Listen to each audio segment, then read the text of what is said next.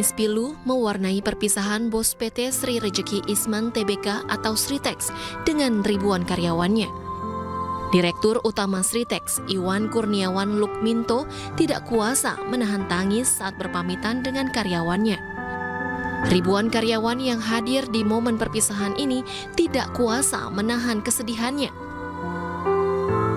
Pada 1 Maret ini, PT Sritex resmi menutup permanen perusahaan akibat kondisi pilot.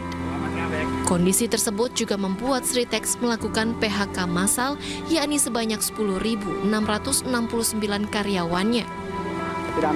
Usai mendapat surat pemutusan hubungan kerja atau PHK, sejumlah karyawan mulai meninggalkan lokasi mereka bekerja. Mereka juga membawa barang-barang dari kantor. Tak sedikit yang membawa sebuah mobil pickup untuk mengangkut perabotan pribadinya.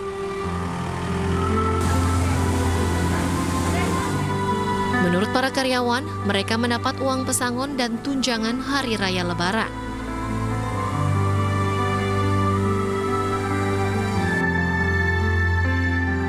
Udah ditandatangani kemarin semua.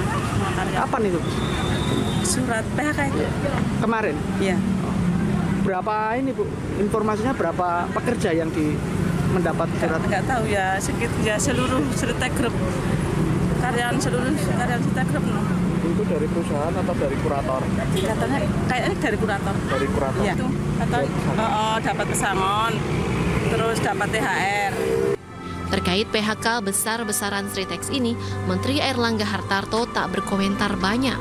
Ia mengaku akan berkomunikasi dengan tim kurator tentang kepailitan Sritex. Ya, nanti kita tanya pada tim kurator. Tim kurator nanti dicek oleh Pak Menaker. Sementara itu, Dinas Perindustrian Tenaga Kerja Sukoharjo mengungkap ada 10.000 lowongan kerja bagi para pekerja PT Sritex yang mengalami PHK. Para mantan pekerja Sritex itu pun disebut akan mendapat keistimewaan. Tanggal 1 Maret ini PT Sritex sudah dinyatakan tutup permanen, sehingga kami berusaha untuk segera menjembatani terkait dengan hak-hak dari para pekerja, terutama untuk pencairan JHT. Sebagaimana diketahui, MA telah menolak kasasi yang diajukan Sritex terkait status pilot yang sebelumnya diputuskan oleh Pengadilan Negeri Semarang. Tim Liputan iNews melaporkan.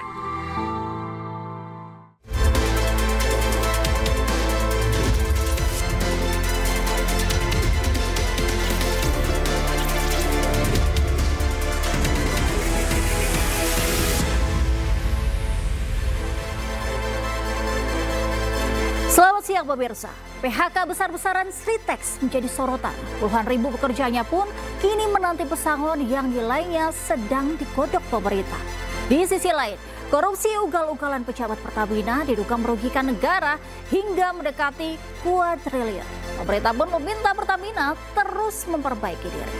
Selain informasi tadi, kami juga akan hadir beragam informasi menarik dan terkini terkait kebijakan hingga kegiatan para pemimpin bangsa. Bersama saya, Angelica Devagam. Inilah Pemimpin Rakyat, Pemimpin Beraksi, Rakyat Awasi.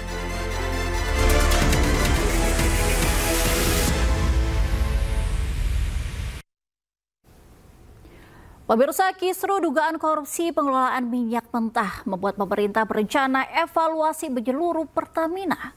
Menteri BUMN pun tegaskan tidak segan-segan untuk mengganti pimpinan perusahaan berplat merah tersebut. Iya, lagi diurus itu semua, ya. Lagi diurus semua. Oke. Kita bersihkan, kita tegakkan, kita akan pokoknya membela kepentingan rakyat. Kasus korupsi yang menyeret keterlibatan sejumlah petinggi anak usaha Pertamina seolah membuka bobroknya tata kelola para pelaksana kebijakan migas di Indonesia. Pemerintah pun terus mendorong perbaikan di dalam tubuh Pertamina. Menteri BUMN Erick Thohir pun tegaskan tak segan ganti pimpinan Pertamina. Sama, di Pertamina sendiri tentu kita akan review total. Seperti apa nanti bisa perbaikan-perbaikan yang kita lakukan ke depannya. Kalau kecolongan, ya kembali. Kita selama 5 tahun ini kan sudah memperbaikan sistemnya. Bayangkan, laporan keuangan transparan. Kita juga mengkoreksi diri kita sendiri melaporkan kasus-kasus korupsi. Ya tentu pasti ada. Ya, dinamika itu ada.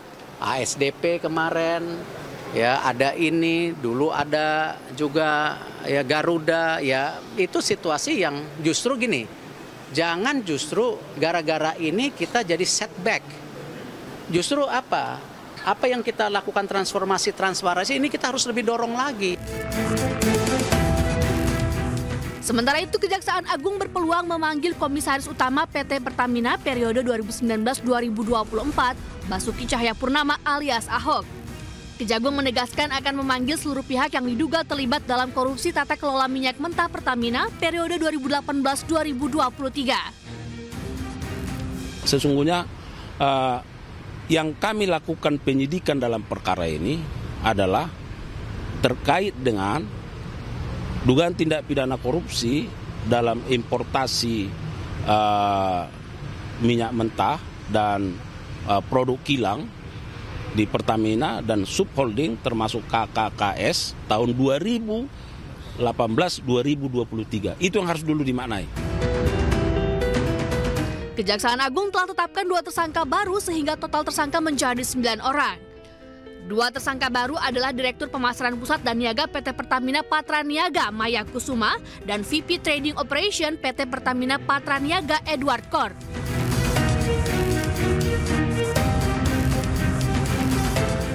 Dua tersangka ini menyusul 7 petinggi Pertamina yang telah ditangkap sebelumnya. Mereka adalah Gading Ramadan Judo, Komisaris PT Jenggal Maritim dan Direktur PT Orbit Terminal Merak, salah satu broker dalam kasus ini. Dimas Merhaspati, Komisaris PT Navigator Katulistiwa dan Komisaris PT Jenggala Maritim. Rifas Yahaat, Direktur Utama PT Pertamina Patraniaga.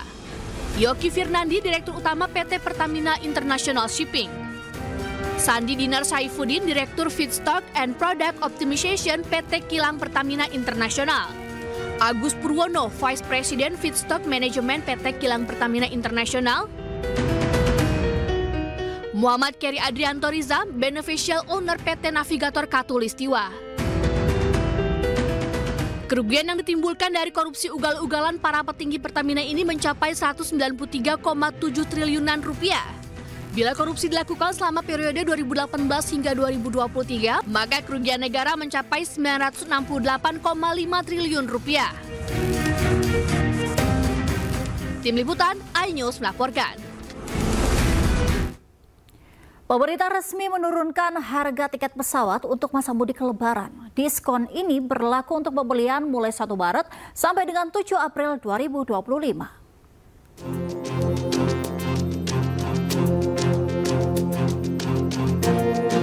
Pemerintah resmi menurunkan harga tiket pesawat untuk masa mudik Lebaran 2025 sebesar 13–14%. Diskon tarif pesawat ini berlaku untuk pembelian mulai 1 Maret hingga 7 April 2025. Kita juga mempersiapkan penurunan harga tiket pesawat selama 2 minggu yang akan datang dan juga penurunan tarif jalan tol di beberapa ruas jalan utama di saat liburan Idul Fitri dan Hari Raya. Penurunan harga tiket pesawat pada masa mudik Lebaran ini merupakan kolaborasi seluruh stakeholder di industri penerbangan. Menteri Keuangan Sri Mulyani menyampaikan insentif pajak untuk diskon tiket pesawat mudik Lebaran 2025 ini sudah tertuang dalam Peraturan Menteri Keuangan Nomor 18 Tahun 2025. Adapun insentif ini berlaku untuk tiket perjalanan pada 24 Maret hingga 7 April 2025. Akan berlaku untuk pembelian tiket tanggal 1 Maret hingga tanggal 7 April bagi traveling atau tiket yang akan melakukan perjalanan antara tanggal 24 Maret hingga 7 April 2025. Artinya seluruh tiket ekonomi dalam negeri yang dibeli mulai hari ini tanggal 1 Maret hingga 7 April untuk jadwal penerbangan antara 24 Maret hingga 7 April akan dikurangi pajak pertambahan nilainya sehingga hanya membayar pajaknya 5%. Artinya yang 6% ditanggung oleh pemerintah.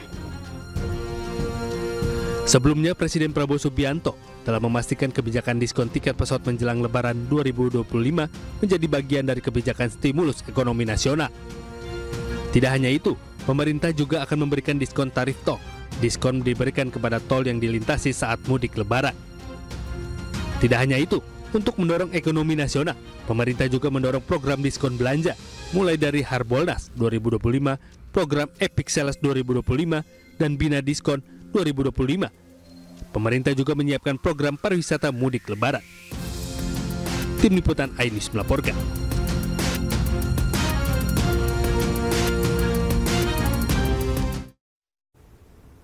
Menteri Perubahan dan Kawasan Permukiman Marwarar Sirait dan Sekretaris Kabinet Teddy Indrawijaya meninjau revitalisasi Wisma Atlet. Selengkapnya usai jeda, tetaplah di Pemimpin Rakyat.